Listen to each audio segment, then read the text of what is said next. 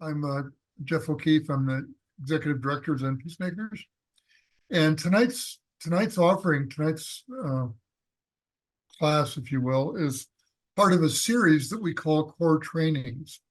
And we've identified the four really foundational practices of Zen Peacemakers, that being meditation, the three tenets, council practice, and what really is our somewhat unique approach to peacemaking.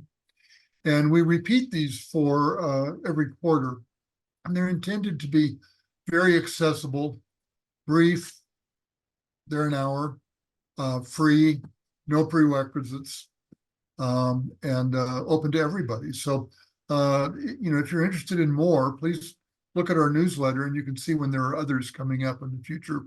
This evening, we'll be doing, my good friend Roshi Genro will be doing an introduction to council practice. I don't know so much that we will have a chance to do council tonight, but to give everybody an idea of what council practice is about, because it's such a cornerstone of what we do at Zen Peacemakers.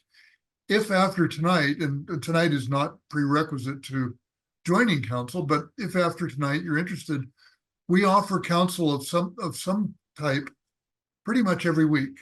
So you can once again go to the newsletter and join for an actual council. And some of you, I'm sure, have done this already, so that may not need to be said. As well, council figures prominently in our in-person bearing witness retreats in Auschwitz, the Black Hills, and in Alabama. So with that, I'm going to mute myself, and I'm going to thank Genro for leading us tonight.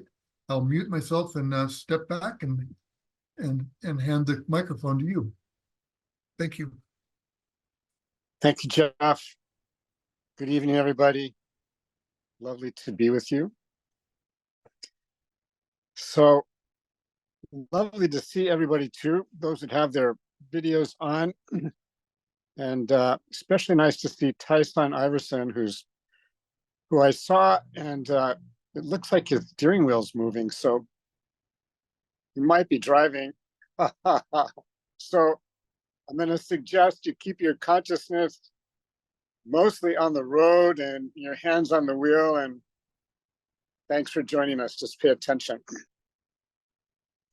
So may I have a show of hands from everybody for those who have at one point or another participated in council practice. 1, 2, 3, 4, 5, 6. Great. So we have several veterans of council practice. Thanks for joining tonight. So tonight, as Jeff introduced and indicated, I'm going to go through just a general description of what council is, how we do it, why we do it, a brief history, and just to give you a little more comfort when you participate. So the practice of council is really simply a way of truly being and sharing ourselves, who we really are, in the moment, with a group where there's trust and openness and love. So this practice has likely been going on for 100,000 years or more, since people were able to talk and communicate and be with each other. And it's been used in cultures, societies, in more formalized ways for tens of thousands of years. The way of council that we do was developed at the Ojai Institute in the 1980s. In those days, the Ojai Institute was being run by Roshi Joan Halifax, who now has her Aya Zen Center in New Mexico, in Santa Fe. And the particular way of counsel itself, as it's described, the way of counsel was developed by two people, Jack Zimmerman and Gigi Coyle. And there's a book called The Way of Counsel that you can find on Amazon, which describes the way of counsel that I'm going to describe tonight. So when they started putting it together, I'm not sure where the seed of the idea came from, but they went to a few Native American indigenous tribes and talked with them, chatted with them about their practice of counsel, however they used it. They depended more heavily on the Lakota, the Sioux Nation, and they had several elders that were very helpful in putting the way of counsel together. So you can see the book if you'd like to see it.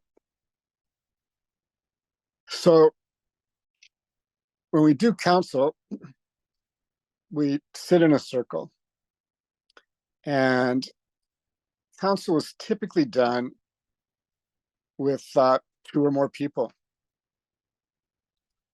So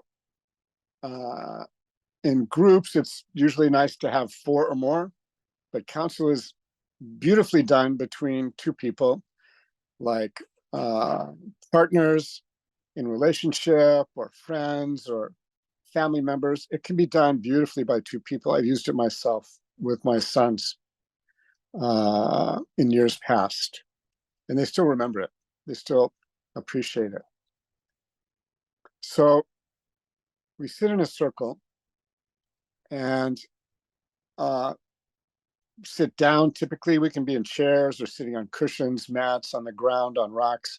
It can be inside, outside, doesn't matter what the environment is, as long as it's fairly quiet. Although when we're on the streets, we do it in the middle of cities and lots of activity and noise. It's interesting to do it in public. People can't stop wondering and approaching us and asking us, even if they can participate, which is really beautiful. So we sit down in the circle, and in the center of the circle, in the old days, there used to be a fire, a wood fire. Now we typically use candles. If we're in an environment that doesn't allow flames, we use electric candles, something along those lines. And another thing that we do in counsel is we ask people to place something of their own on the central altar, which is the center of our sacred circle, like a mala or a bracelet or a watch. It can be anything, picture of a family member. Doesn't matter what it is. So everybody's invested a little bit of themselves in our altar. So when we open counsel, we ask somebody to light the fire, be it a wood fire or the candle or an electric candle flame. And we ask them to make a dedication. We're opening this sacred circle of intimate energy. And so we do it with prayer, essentially. And we ask the person who's opening the counsel to make a prayer of dedication or invocation. So when we do an invocation, we're invoking divine energies to be with us, to sit with us in circle, angels, protectors, saints, guardian spirits, whoever we might want to invoke. Or we can make a dedication to someone, some person, or some organization, or some issue that's going on in the world. Anything is perfectly okay. Although I tend to prefer invocations when I'm running a council. I like the divine help.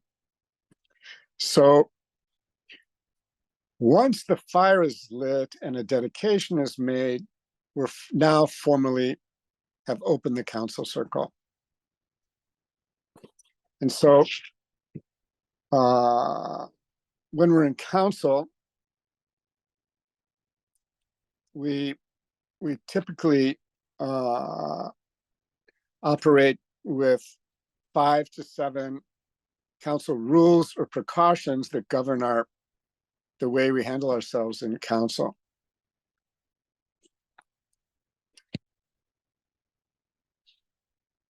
Okay, so the first one is everybody in council remains silent. The only one that can speak has a talking piece. So the talking piece is simply a stick, a rock, a flower, anything someone might choose from the center of the circle to hold while they're speaking, indicating that they're the one that has the power to speak in council, and they're the only one, which is really beautiful, because when one person is holding the talking piece, they're assured that no one is going to cut them off. No one's going to break in and dispute. So it creates a sense of safety, certainly for the person speaking, and some sense of authority. Although we're trying to speak in a selfless, humble way. So what will happen is the facilitator, within the circle, there's somebody who's organized the council and somebody who has studied council, practiced council enough that they're comfortable in the process, comfortable in the seat of being a facilitator, and simply have had a lot of experience. The facilitator will ask somebody to make the dedication. And then the facilitator will take the talking piece and announce that council has begun. And we're going to do a round of council. And then the facilitator will announce what the topic that we'll be sharing around is in our circle. So we're not just coming from anywhere. We're coming, when we're sharing, addressing a certain theme or topic. So typically the first topic we use in council is to simply do what we call a weather check. We're asking people in the circle to tell us how they're feeling right now in the moment. Right? Not how we felt coming into the circle, not how we felt during the day, or no, it's how we feel right now. So if we call it a weather check, we're asking people to report, are you feeling sunny or cloudy or stormy or foggy or any combination of sort of weather words. You could, of course, use emotional language. I'm sad, I'm happy, I'm grieving, whatever the truth might be. So I'll ask people to share briefly how they are in this, and the talking piece will travel around the circle, typically in a clockwise manner, one person to the other. So when we finish one round, the facilitator will announce another theme or topic, and we'll go around once again. And whenever the facilitator announces what we're going to be speaking about, the facilitator should always be the one who shares first. The facilitator, having had some or a lot of experience sharing in council, needs to model how to share from the heart, from an honest place, in an open, revealing way. Because if the facilitator doesn't do it, and people in council aren't accustomed to the process, they're kind of in a fog how to share. And if the facilitator is truly revealing about themselves, everybody knows it, that they're sharing the truth about themselves, how they're really feeling in the moment. Once we do that, in any relationship, whoever we're with feels far more free to share how they're really feeling, rather than just saying, I'm fine, right? Whenever I hear I'm fine from somebody, I don't believe it, right? There must be something deeper. So that's generally the way counsel works. And then there's a closing, but we'll get to that at the end.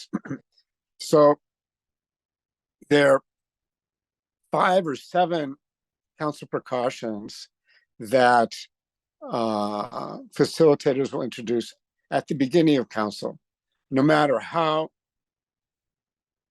experienced a group may be at doing counsel, we always review the precautions once again, because there's always something we can be reminded of, we can appreciate more deeply, fully, in the way we do counsel together. So the first counsel precaution is that we listen from the heart.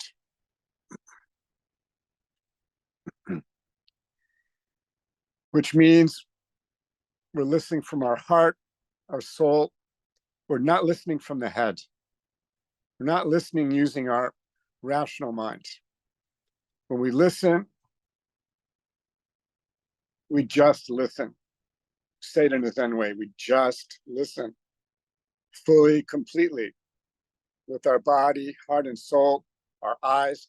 If you're in a counsel circle and somebody's sharing, be sure not to just look away or into the sky or into the council fire, but look at the person who's speaking,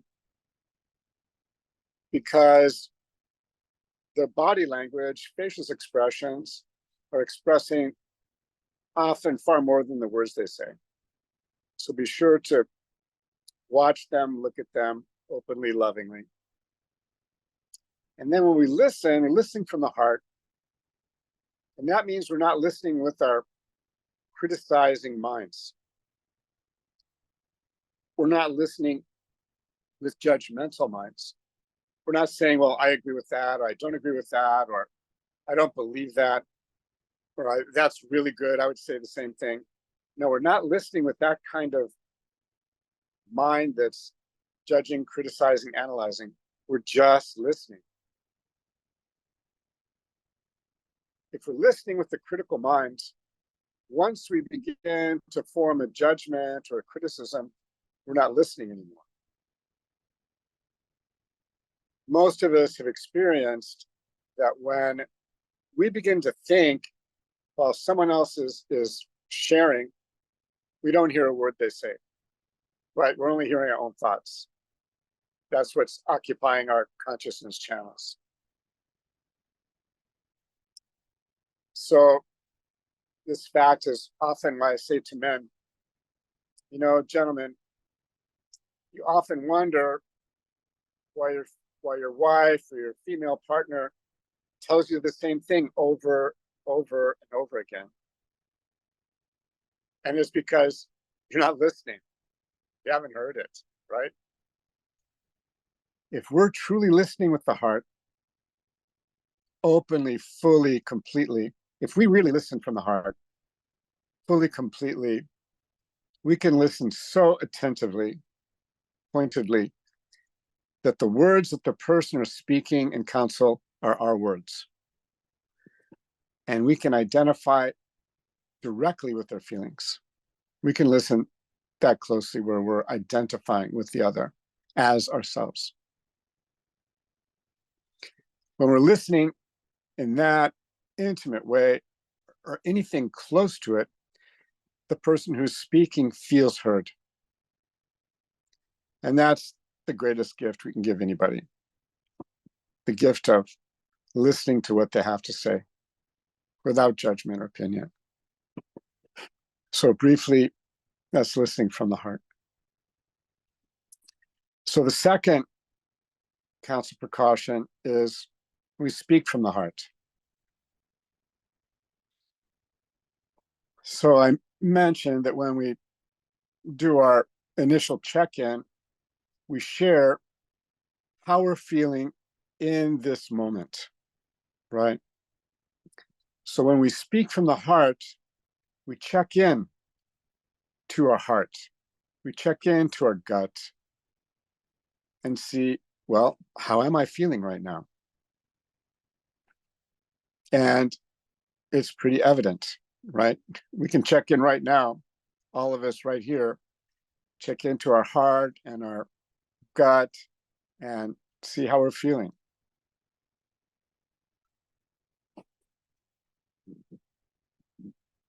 So when we check in that way to our emotions, to our heart, to our gut, we're sharing what's very real for us right now. We're sharing our truth of our right now, here and now experience. We're not sharing what we thought about what we saw in the news today, or what we thought about what something somebody else said in council. We're sharing only what's going on with us right now around the topic that the facilitator offered.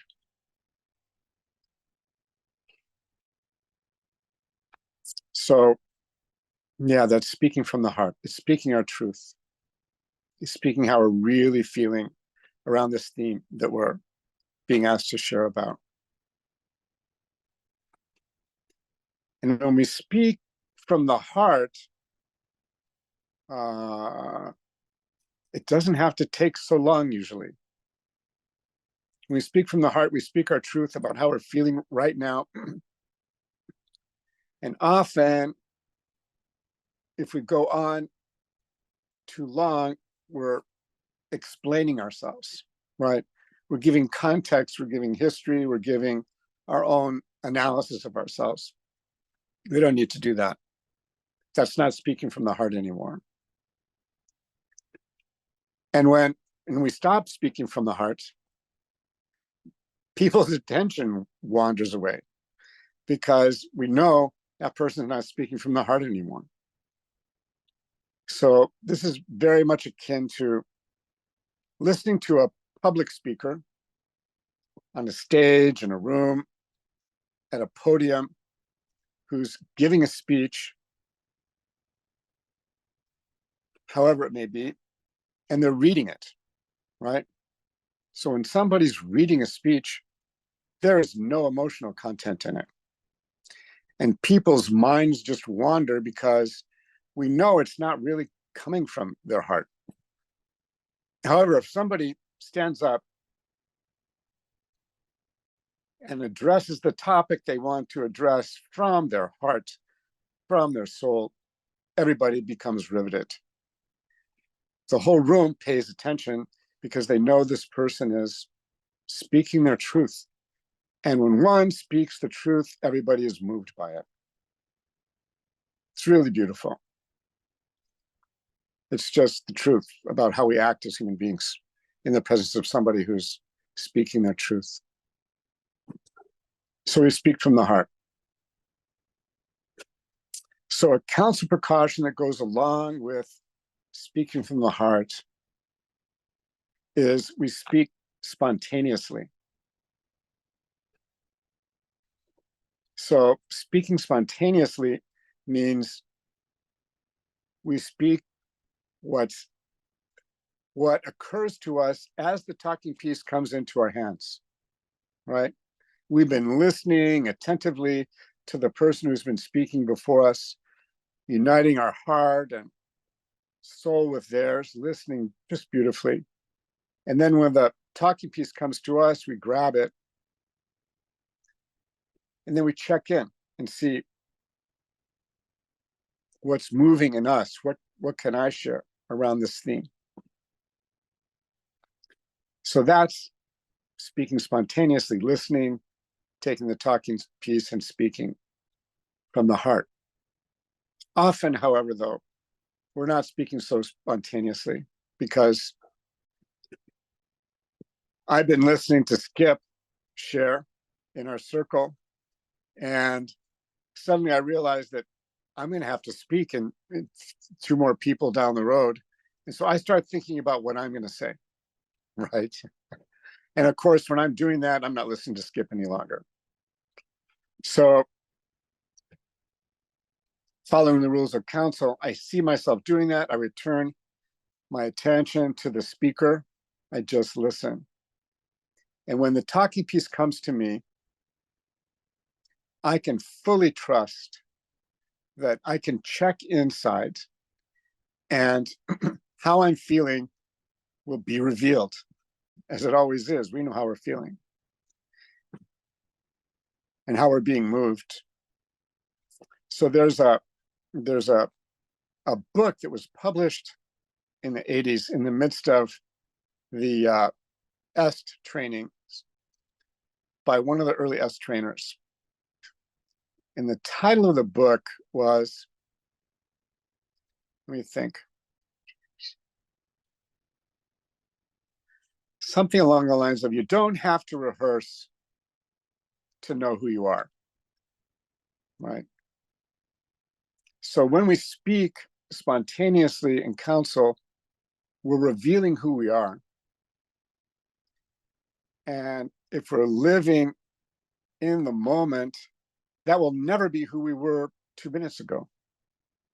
It'll be in relation to everybody else in council and everything else that's been going on around us, because we're constantly being formed anew. Simply life the way it is. And we can trust that we'll be moved to speak what we're feeling right now, and we can share it because we trust the group. So we speak spontaneously. Speaking is a critical topic, so there's a third precaution around speaking, and that's that we speak leanly. We say speak leanly, we sort of analogize it to a cut of meat that doesn't have any fat in it. So speaking leanly means we simply, truthfully, taking as much time as we need, share our feelings, what's present in us right now about the topic we're talking about. When we get to the end of that, we can be done, right? Because more, as I said before, is explanations, filling in spaces that don't need to be filled in. So we speak leanly. It doesn't mean we're on a stopwatch. It just means that, for one thing, we bear in mind, depending on the number of people in the circle, that everybody in the circle needs an opportunity to speak, so we can't take up all the time. So we simply keep that in awareness and trust that if we slip into something like preaching or teaching, which is no longer how we're feeling in the moment, or going on far too long, the council facilitator will make a nice, kind, gentle gesture to indicate it's time to wrap it up. So that's part of the council facilitator's job, to maintain council precautions. Great. So another precaution is when we're sharing in council, there are a lot of precautions, but they're actually pretty easy to keep, is we don't speak across the council fire. So we're sitting in a circle, there's a candle or a fire or a light in the center. And from ages ago, people in council were taught not to speak across the council fire, because the council fire represents the lives of 7 generations of children to come. That's what it represents. 7 generations. Speaking across the fire means I look at Jan, who's sitting across from me, and the first thing that I share when I get the talking piece is, Jan, I just can't agree with what you said. I don't like it. I'm opposed to it.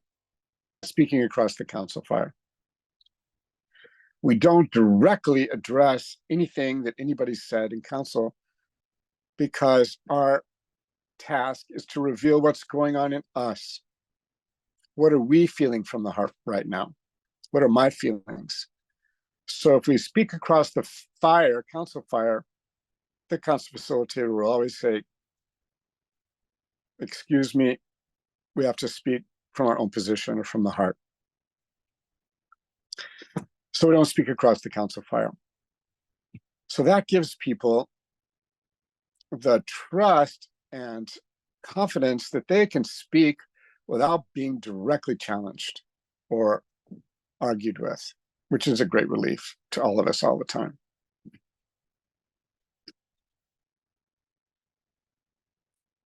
So maybe the sixth council precaution is confidentiality. What is confidentiality? We all understand what it is. We don't share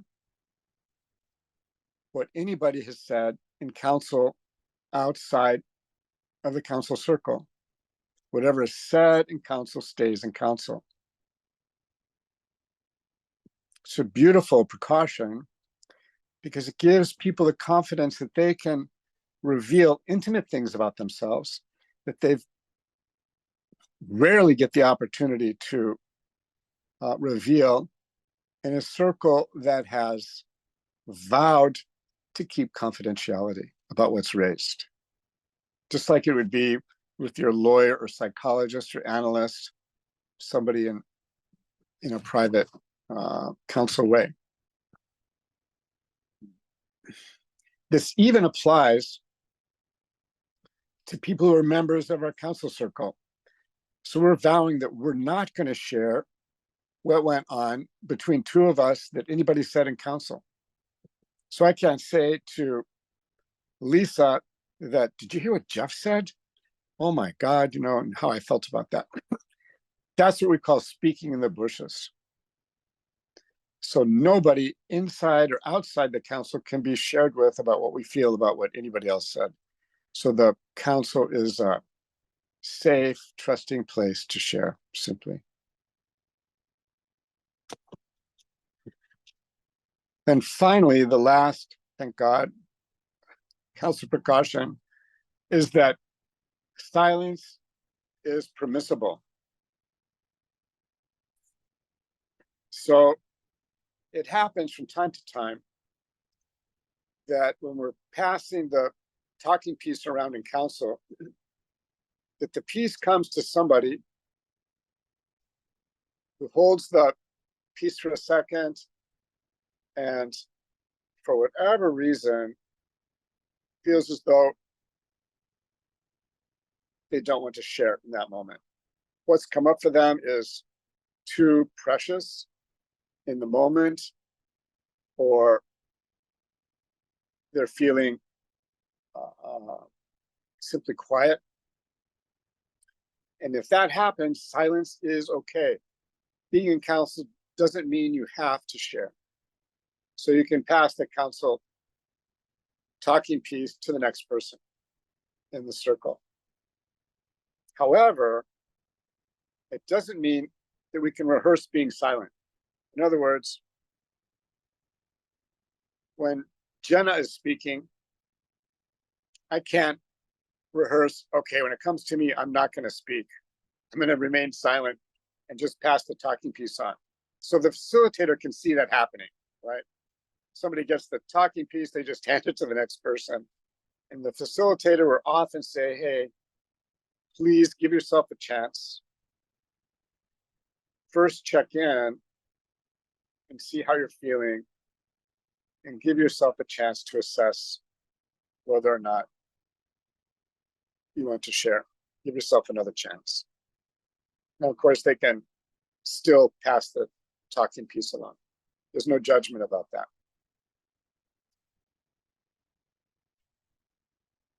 So how long does council last? Ideally, it lasts as long as it takes to exhaust the feelings in the group around the topics that have been raised, until everybody feels they've really truly shared what they're feeling, they've heard people deeply and completely, And there comes a point in a council circle when everybody can feel that we're done. We're done. And the facilitator hopefully is attentive enough, wise enough to feel that. And council is closed. So when it's time to close council, we're closing the sacred circle of sharing that we've held together for whatever amount of time. When we do council at Auschwitz every year, we do council first thing in the morning during an Auschwitz retreat. And we start council at 7 in the morning after everybody's had a chance to have coffee, tea, whatever they need. And Auschwitz is a pretty heavy, transforming place. Some of you may have been there, you might know.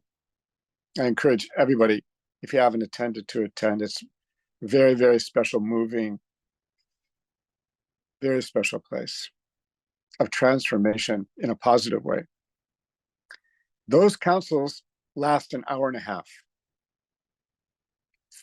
And we might think, and the councils typically will have 10 to 12 people. And you might think, as you're sitting here thinking about what a council might be with our group of however many people we have, 8 or 9, how could we go an hour? You know, what do we think about? What do we share about? But the topics can be quite heavy and quite moving. And when we've shared deep, heavy experiences together, whatever they may be, we're moved deeply, and there's a lot to share, and there's a lot to listen to from people. So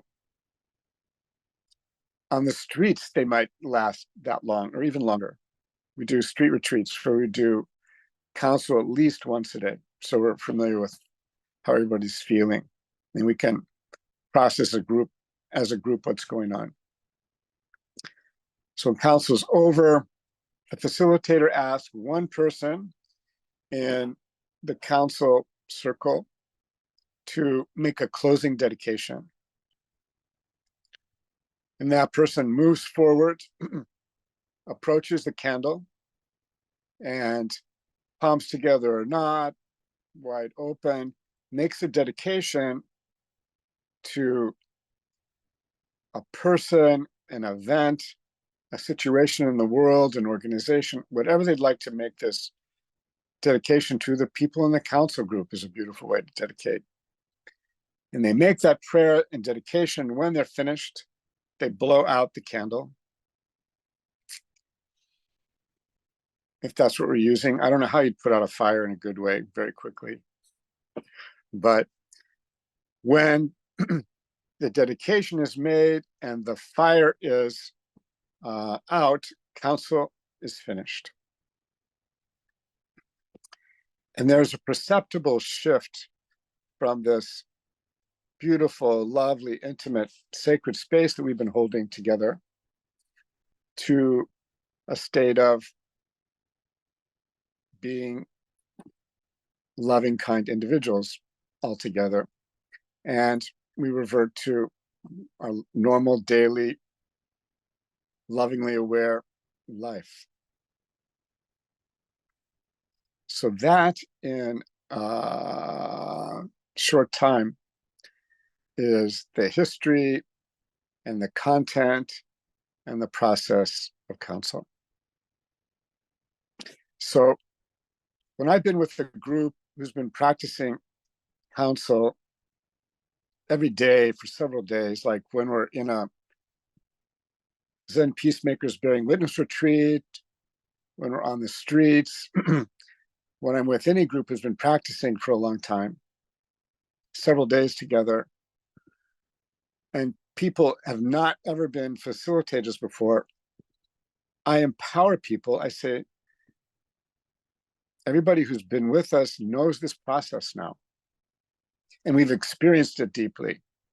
And we're familiar with how it works.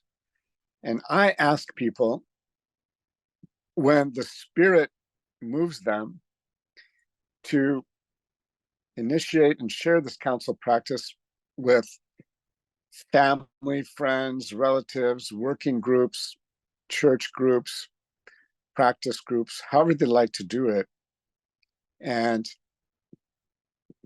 make an attempt to lead counsel. Because after 5 days of hearing these precautions over and over again, we all know them. And we've seen how the facilitator, in a kind and gentle way, keeps the counsel group, holds the container in a good way. And so I would say, even to this group, if you feel moved, because many have been in counsel before, try it out. It's a beautiful, beautiful way to share. I mean, how often in life, in a year or 10 years, do we get the opportunity to be in a group of people, friends or not, even people we've never met before, and have these counsel precautions followed and be able to share who we really are with people, how we're really feeling beyond fine, I'm great. It's a rare, beautiful blessing to be able to share with people that way in a council.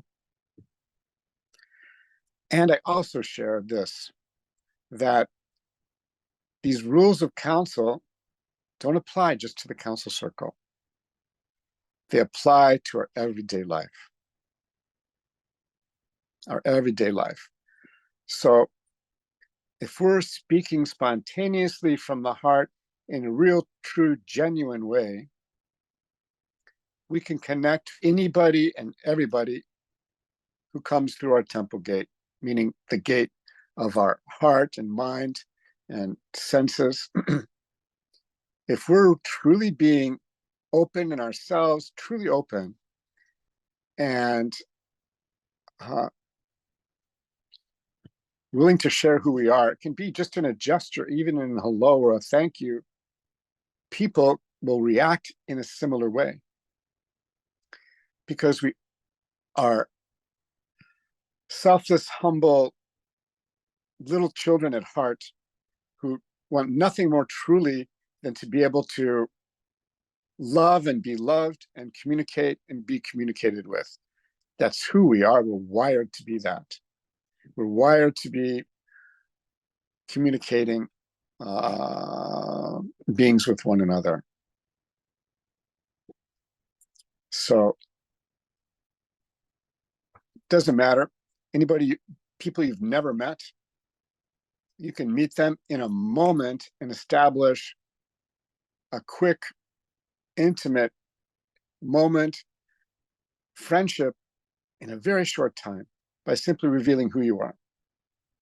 Saying nothing more than, man, it's hot in here, wherever you are, right? And somebody will say, yeah, it is. And then in a moment, you've established an intimate connection. If you're really listening and they are too, there's a relationship. Are we in a relationship with everybody in the universe? Yes. Can we make that real? Yes. It takes simply just a little bit of courage and trust to be able to do that, and lack of fear. Because there's really very few people in the universe we need to be afraid of. Because everybody's usually afraid of us, right? I tell people who are self-conscious about how they look, I say, when you're walking down the street and you're thinking, oh my God, is my hair okay? Is this outfit all right? Did I spill coffee on myself? You don't need to think like that, because nobody's really looking at you. They're walking down the street thinking, oh my God, is my hair okay? Do I look all right? That's the way it is, right? Until we stop and meet each other. And then all those judgments and thoughts of ourselves go away, and we're just as one in beautiful communication conversation. And I've spoken way too much. So I want to give us a chance. It's 7:47, something like that, in New York. I don't know where it is where you are. I'm actually not in New York, I'm in Florida, but it's the same time zone. So I want to ask if there are any questions or observations or criticisms, whatever you might have about this topic, about this way of counsel. So if you've got something, I'm using a cell phone. I'm not in front of a computer. So I'm going to ask Jeff to referee anybody who just raise your hand if you've got any comment, anything, any question.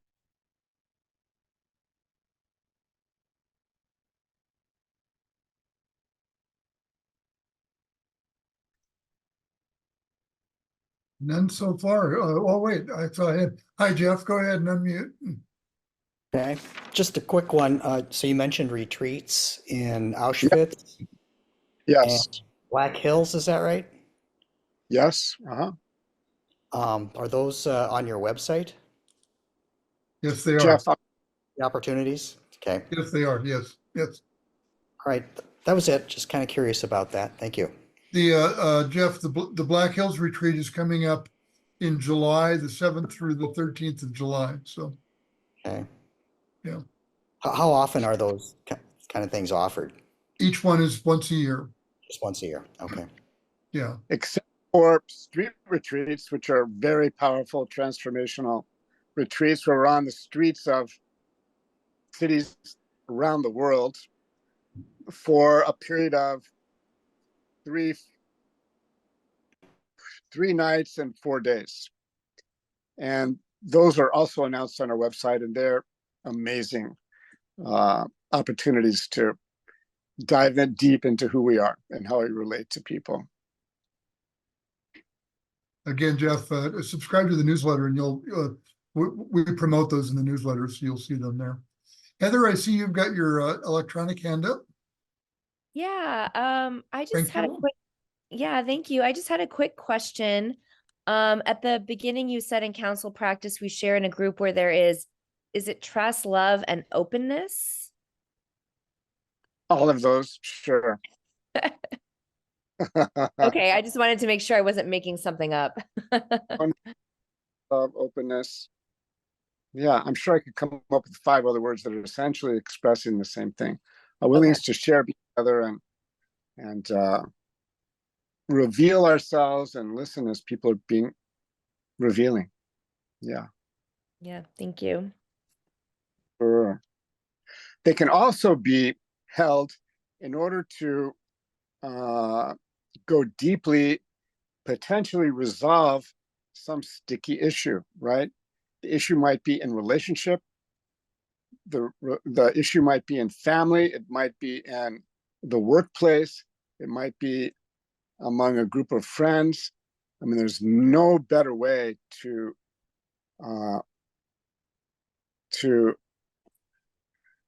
delve into a problem than in the way of counsel, because there's no room for argument. There's no room for just voices bouncing back and forth. There's room for people revealing what they're really feeling about whatever this issue is, and people are instructed to just listen. And often these problems, whatever they are, challenges, melt away in the process of counsel. So it's a beautiful problem solving, issue solving way as well. Sharon, I see your electronic hand as well. Thank you. I'm new to Zen Peacemakers, and I came in a little late. So this is a training for council, but how does a person get into one of these council groups?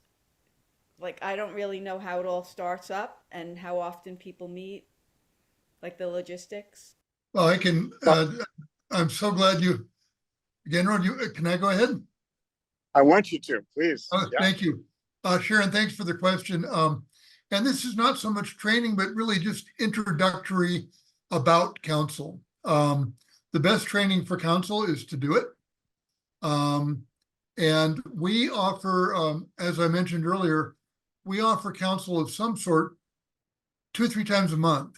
So specifically, and the way you get in is you go to the website and register for it. It's free. This coming, I don't know what time zone you're in, but this coming Friday, for instance, there's a women's council, women's only council, that is led by our dear friend Roshi Barbara Wegmuller from Switzerland. And that is noon US East Coast time. and it is always oversubscribed. So if you're interested in that, and I highly recommend, well, I can't recommend it because for obvious reasons, I've never been in it, but I know and love Barbara, and she's really good raising council or leading council. Today, in fact, we had council specifically, and Genro mentioned sometimes these are topical. We held one today that's specifically about Gaza, Israel, Palestine, the West Bank, etc., and not about the politics of it. We're not trying to solve the political questions. We're dealing with, as Genro, described so well, how does this feel to everybody? Do I feel hopeless? Do I feel angry? What's coming up for me around this? That was today. 2 weeks from today, and I'll just mention a couple here for you, but 2 weeks from today, there's a council, noon US Eastern Time, for mental health workers, that's led by one of our senior members from Tel Aviv, and she is a PhD in psychology, and she's been doing that one for several years. And then finally, on just in the near term, June 5th, there's council that's wide open to. It's not topical. It's open to to everybody. And again, you can find all of that through the newsletter that you can get to on the website, and the events are on the website. I hope that helps you. Yep. And anybody who's never attended council before, I just strongly recommend you just enter. You don't need to be. Beginners are welcome, and hopefully everybody's a beginner all the time anyway. So please just come and avail yourself of this beautiful process. Kevin, I don't see your.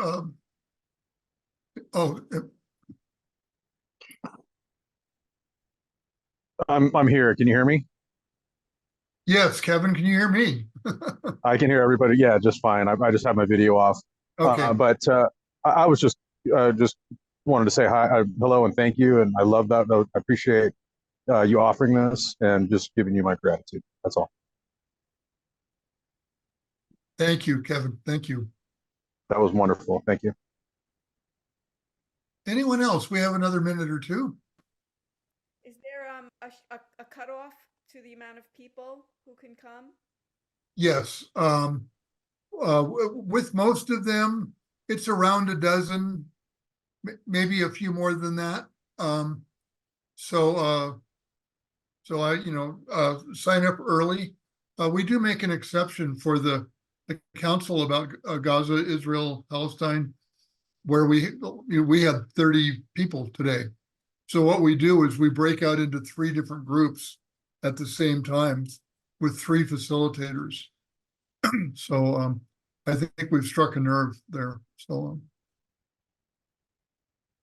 yeah. Anyone else with another minute or so? I hope this is helpful and intriguing, and I hope to see some of you in the near future joining. You can't do it too often. As Genro talked about in some of the retreats, council's done every day. So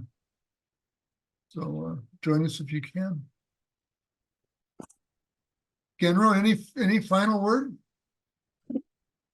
Nothing but thank you, everybody, for your presence and your attention and your patience. And I hope to see you again, possibly in a council circle or on one of our Zen Peacemaker retreats. So please be sure to keep in touch with the Zen Peacemaker newsletters and website and join us when you can. It'd be lovely to be with you in person.